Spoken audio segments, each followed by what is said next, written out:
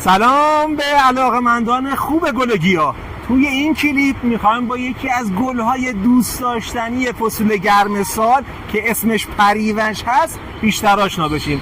پس تا ادامه و آخر این ویدیو با ما همراه باشید و اطلاعات خوب و جامعی راجع به پریوش خدمتتون توضیح خواهم داد. گل پریوش گیاهی 1 ساله که موتن اصلی اون مناطق استوایی نظیر ماداگاسکار و اندونزی هست.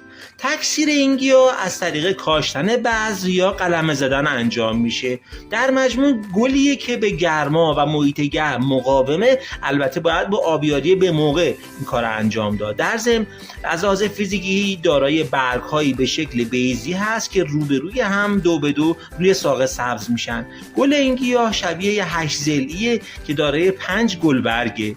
معمولا از اواسط بهار تا نیمه پاییز هم گل میده.